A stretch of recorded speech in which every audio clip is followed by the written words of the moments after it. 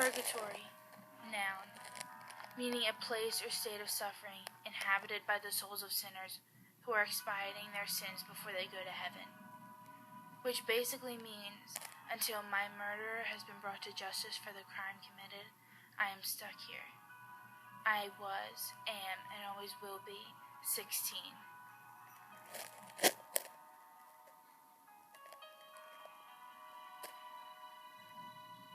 Hi, my name's Bernice. I'd give you my last name if I had one, but I don't. I've been an orphan since I was born, never found a home or someone to love me. Always the last one for everything, and the right boy never came along. I've been alone all my life, an emptiness engraved inside of me. Picture it. The Fox Chase section of Philadelphia, Pennsylvania, on February 25th, 1957. The day my body was discovered by a group of boys. The boys opened a box thinking that they would find something cool inside, but rather finding me, discarded like trash, only a few miles from my orphanage. It's a damn shame. Look how young she is. She had her whole life ahead of her.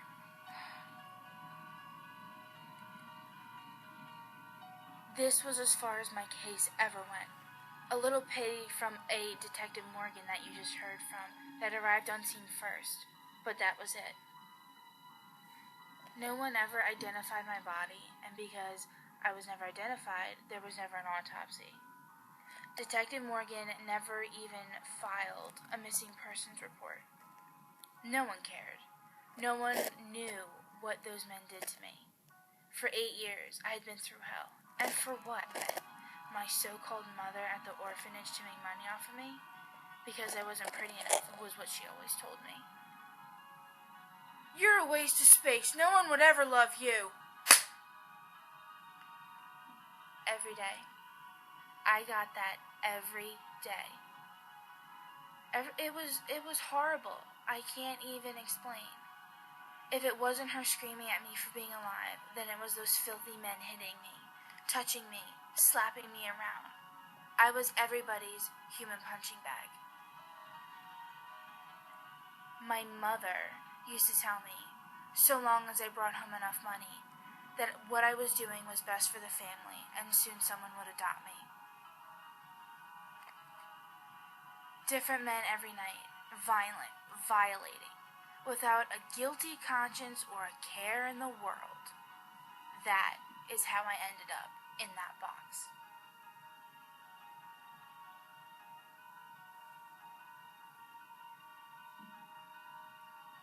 One night, a man came to the orphanage and asked for me personally, convincing my mother to let me stay with him a couple of nights, and mother was not happy. I was her only source of money, and if I didn't bring any home every night, then she wouldn't be able to light up or get so drunk that she passes out. I was her addiction outlet.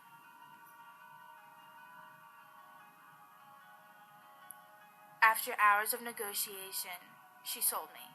That man, later finding out his name was Luke, promised my mother cash and a few cases of Jack Daniels to keep her quiet.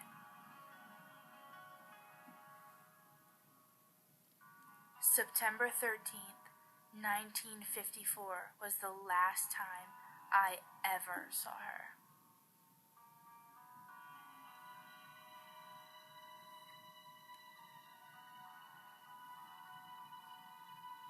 Alright, now let's get down into the nitty-gritty of it. The real reason why I'm here today. Luke's wife had divorced him. Shocker, I know. But he was something else. He tried to get with me, and I told him no. No. Defiantly, no. And I didn't want to do those things, and then I wanted to go home. Tears were rolling down my face. I screamed, and I cried, and I begged for mercy. I could even start to taste blood in my mouth. Metallic. Maybe it was mine from screaming. It made my throat hurt so much.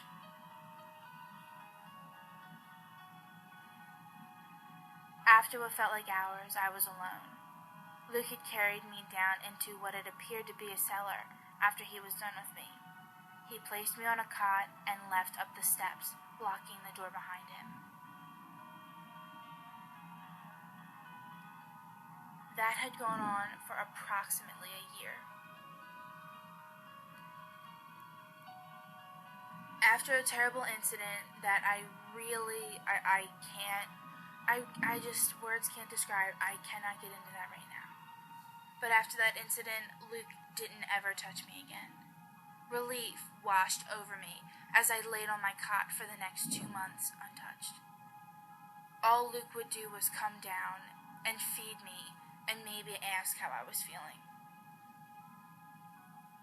At the end of that second month, unviolated, Luke came down into the cellar and duct taped my mouth shut. He tied me up and threw me into the trunk of his car. After a long while of driving, Luke opened up the trunk he had placed me in, picked up my body, and carried me into the night.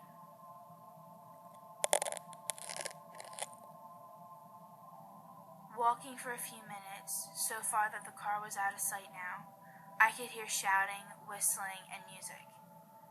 There had appeared to be a crowd of men betting on girls that they wanted to take home with them. Luke, that bastard, made me one of them. He walked away with $1 million, and I was thrown into the back seat of another man's car.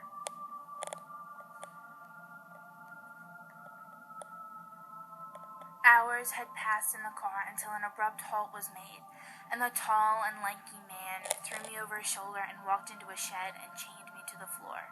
He placed a kiss on my head and walked out. A few weeks into staying in the shed, I had noticed red blood stains on the floor, the bloody saws hanging by the brown double doors, and ripped sheets on the dirty mattress.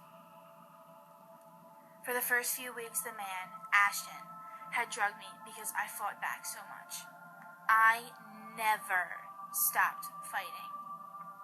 He beat me so badly he had broken a rib or two, and my eyes were swollen shut from the blows to the face, and the scars all over my body were ridiculous from him cutting me up.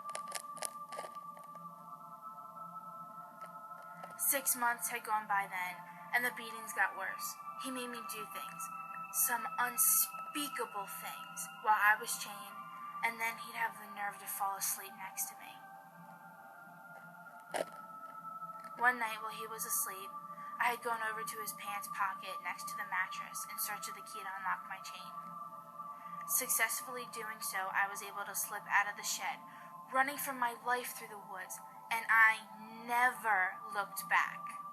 I felt so free and so full of life as I saw a clearing in the woods only 100 yards in front of me, when suddenly I felt an excruciating pain in my ankles and collapsed to the ground, bellowing in pain. I looked down to see a barbed wire trip line that goes around the perimeter of the property. As I fought to get up from the pain, I was grabbed by my left arm and spun around and thrown backwards into a tree. Ashton started to strike me with force. So much force, I couldn't even cry out. With every blow, he spat profanities at me. He forced me off of the ground with his large hands, and he growled as he squeezed with all his might.